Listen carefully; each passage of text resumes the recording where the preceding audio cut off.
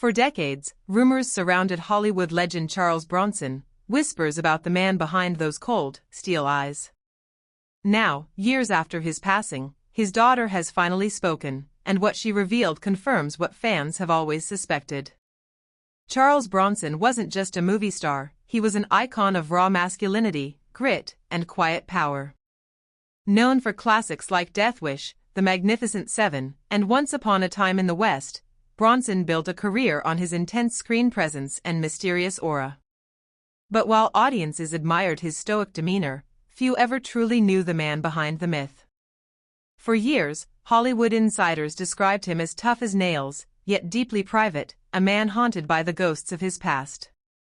And now, his daughter has finally opened up, confirming the truth fans had long speculated about her father's hidden life.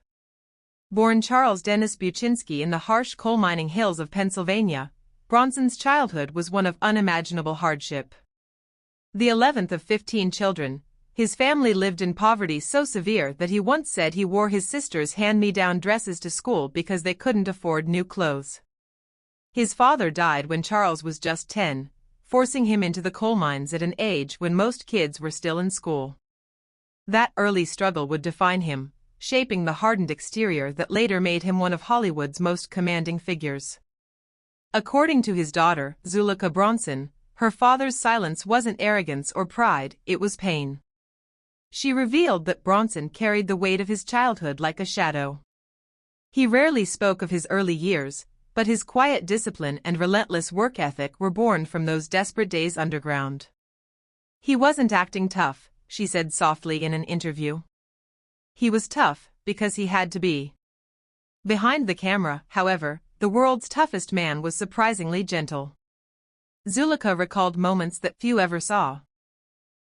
Her father tending his horses, quietly painting in the evenings, or sitting with her mother, actress Jill Ireland, in peaceful silence after long shooting days.